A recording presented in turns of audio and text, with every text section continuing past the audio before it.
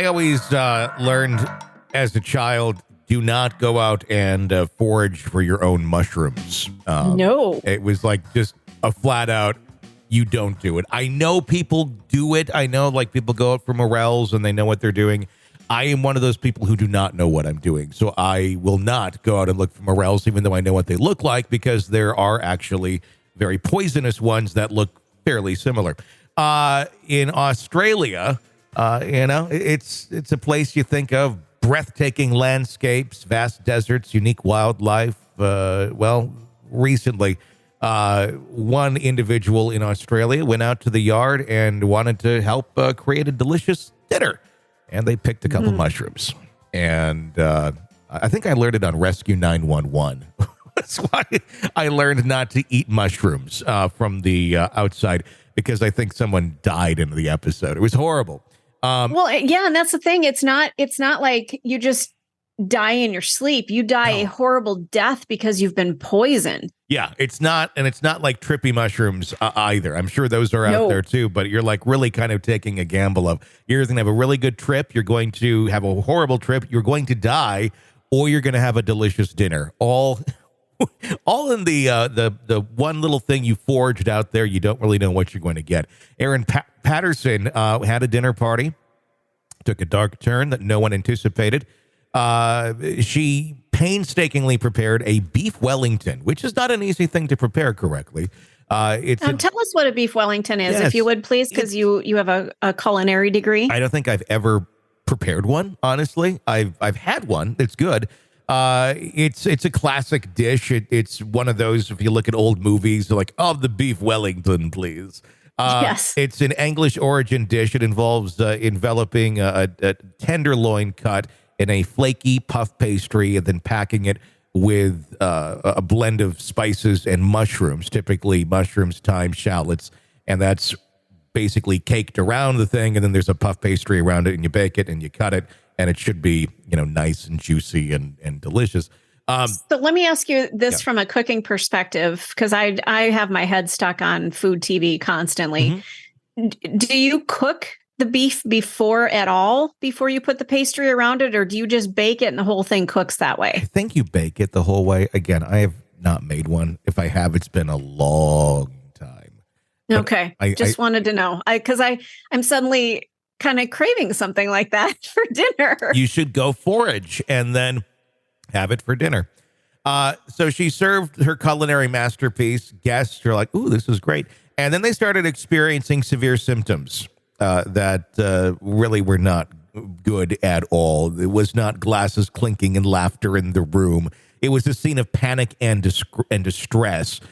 Gail and Don Patterson, Eric's ex-husband's relatives, along with Heather Wilkinson, fell gravely ill. Yes, the tragedy escalated rapidly as the three of them, unfortunately, lost their lives that night due to the beef Wellington and the mushroom.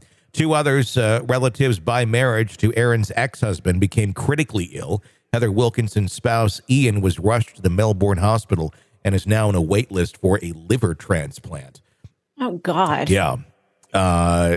So it may be quick to presume that the poisoning of this magnitude was intentional. A lot of people thinking that, especially given that the deceased were closely related to Aaron's ex-husband.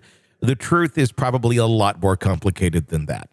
What adds a layer of complexity to it is that Aaron, along with her children, consumed a different meal that evening, leaving them untouched by the deadly ordeal. Uh-oh. Seems a little odd, but I don't know necessarily that it was murder. I have kids here in my house that I'll make something and it's a little bit too out there, and it's like, we're going to have mac and cheese. You're like, all right, whatever. It's not worth the argument. But something just doesn't feel right about that. I mean, I guess I get it, but who all didn't eat the food? Was it just the kids or her and the kids? Yeah. Well, why didn't she eat it? She made this really tremendous masterpiece and then didn't eat it. Maybe she has an allergy to beef. I don't know. Maybe there's something there. Erin expressed her sorrow. I can't believe that this happened. I am so sorry that they lost their lives. She expressed her voice filled in disbelief. I just can't fathom what happened. Later, Erin admitted to having misled the authorities initially, yet she fervently reiterated her innocence. She said, I am now devastated to think that these mushrooms may have contributed to the illnesses suffered by my loved one. She further emphasized that she had no conceivable motive to harm those that she loved. But what could have turned a luxurious dish into a deadly weapon? Well, it's a variety of mushrooms that she used. I'm guessing she didn't know what they were called.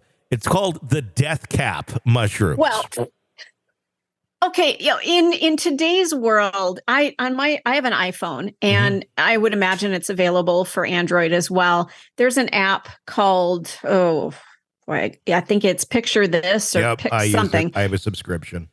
Yeah, me too. And I'm always taking pictures of plants and things. And I imagine they've got one for mushrooms as well, maybe? There is. I mean, you should be able to know what you're putting in your food. I don't know that there is, because I think it's far too dangerous to put an app out there like that, because there are such small intricacies between one you can eat and one you can't. And then you're putting in the mix of human beings and poor decision making, or poor, studying up on what you should and shouldn't be eating. I think it'd be incredibly dangerous. I've tried that. I've tried taking pictures of mushrooms. I think it identifies, but it never tells you if it's edible. I think that just flat out says, do not eat wild mushrooms. Interesting. Well, it makes sense. Yeah. And really, you can just go to the grocery store and pick up, pretty much any kind of mushroom you want, except for the death cap mushroom. Yeah, they're the death caps at Whole Foods. You got to get that over at the fresh market. Yeah, exactly. Consuming even a small amount can result in serious illness or death because of their hugely toxic properties. Such mushrooms resemble several edible varieties, and that's where the misidentifications come in. Skepticism around Erin's innocence has grown after it was discovered that her ex-husband, Simon, had previously fallen into a coma from a mysterious stomach illness. The illness was linked to a meal Erin had served him.